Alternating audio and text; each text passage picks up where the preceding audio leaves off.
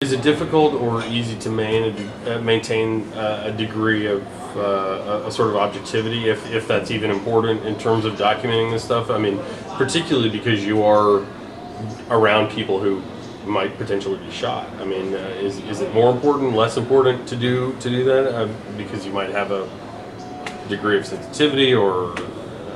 I don't think objectivity is humanly possible, like real objectivity.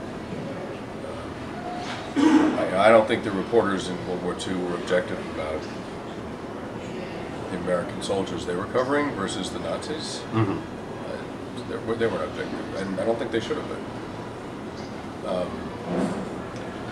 What I wanted to do with these soldiers was get as close to them as possible in order to understand their experience.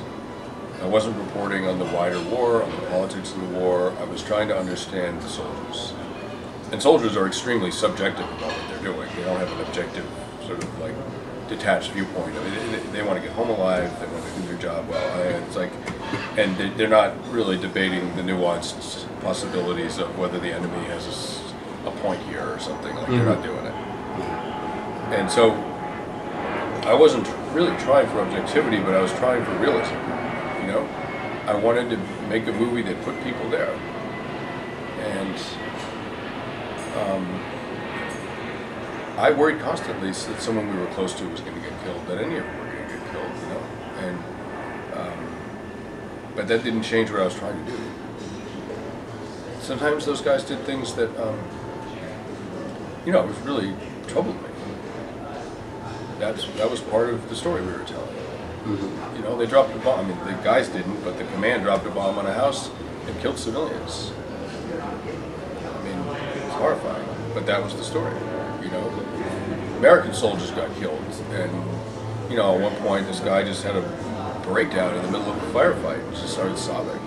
That's part of the story. You know, it's like we wanted to put people there on that battlefield, at that outpost, so that people back home could understand on an emotional level what it means to send men to war, like what that really means.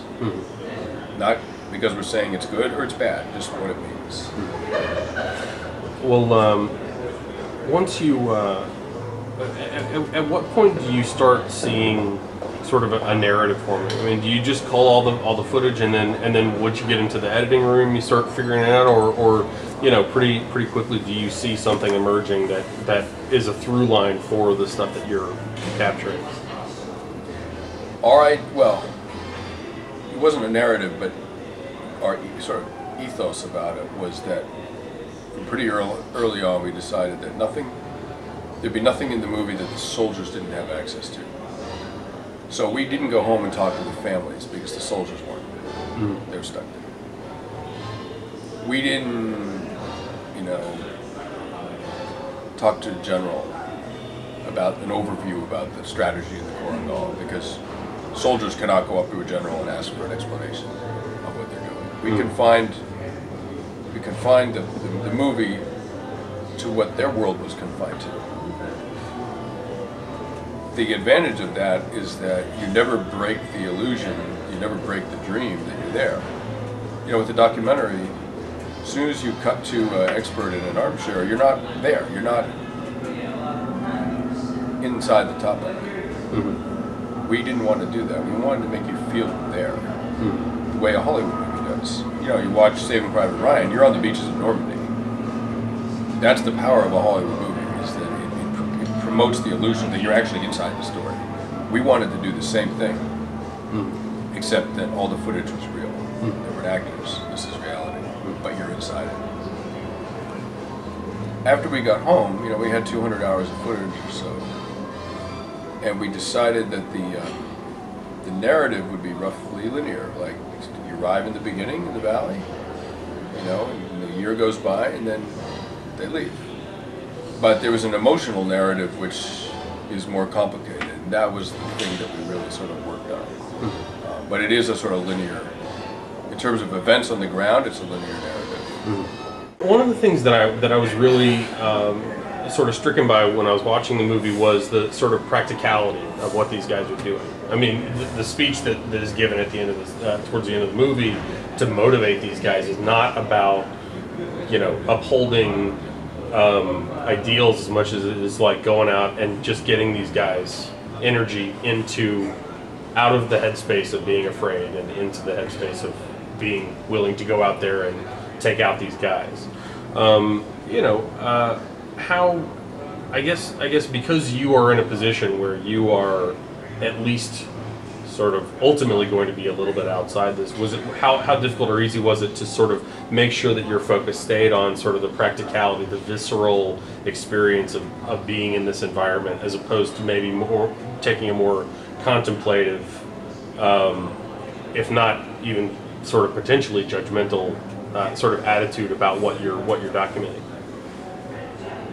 The only thing that I think I would be judgmental about is war crimes. Like if I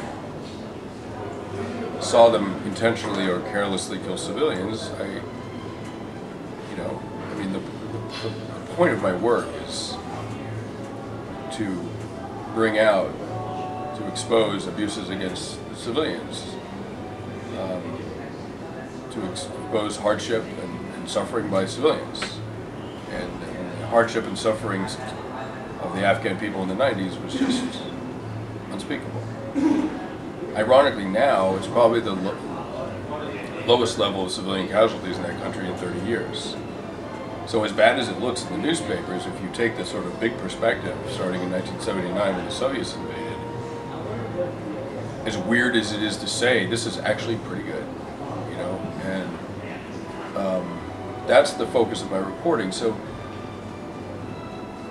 I sort of judge everything against that measure of, like, how are the civilians doing? And beyond that, I'm not judgmental, I'm just an observer. But one of the points of the work was to understand the emotional bonds within a unit like that. And if we became part of those emotional bonds, we could understand it better. So we dove in, you know, like we tried to participate in their state of mind, in the way they saw things, as fully as we could. It was also kind of natural. I mean, if you're in a situation where you could be killed, these sort of larger concepts fall away, you know, like the politics and strategies that get discussed back home. They fall away immediately, and that's true for journalists, I think, as well as civilians. Mm-hmm. I mean, as well as soldiers. Mm-hmm.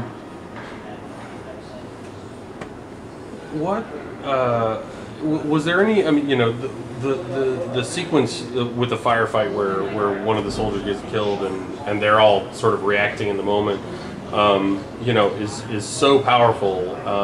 But I'm wondering, were there other experiences or things that you were able to film that, whether it was out of just respect for the soldiers or just even, you know, if it came down to narratively, when you were putting the documentary together, that you felt like were not appropriate to put into the finished product? No, not really. There was nothing. I mean, there were things we didn't put in because we were making choices about how to make the most powerful movie, but nothing was excluded because we were uncomfortable with the content. No. Well, I mean, since you have both the interview footage with the soldiers after the fact, and while in many cases while they were in the middle of those experiences, were there any reactions that either they asked you to do, or you just felt like, even if they were to effectively as a dramatic moment, that it went beyond sort of, I guess, whatever degree of sensitivity that you wanted to show the soldiers? Really, no. There were, you know, there were times when they were crying about things, or they were angry or whatever. But there were times when they were cheering because they killed somebody. Mm-hmm. I mean, they combated. I mean, they killed a fighter. They killed someone who was trying to kill them. But they cheered. I mean, it's in the movie. Yeah, yeah. You know, it's a pretty uncomfortable moment. Mm-hmm. Like, you know, I mean, I think everyone kind of winces a little bit. But that's the reality of war. You know, it's like war turns perfectly sane, decent young men into people who cheer someone else's death.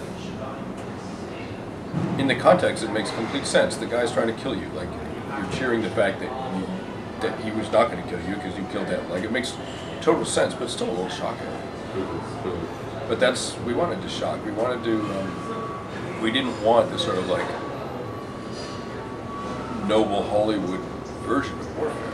You know, it's like really a fiction.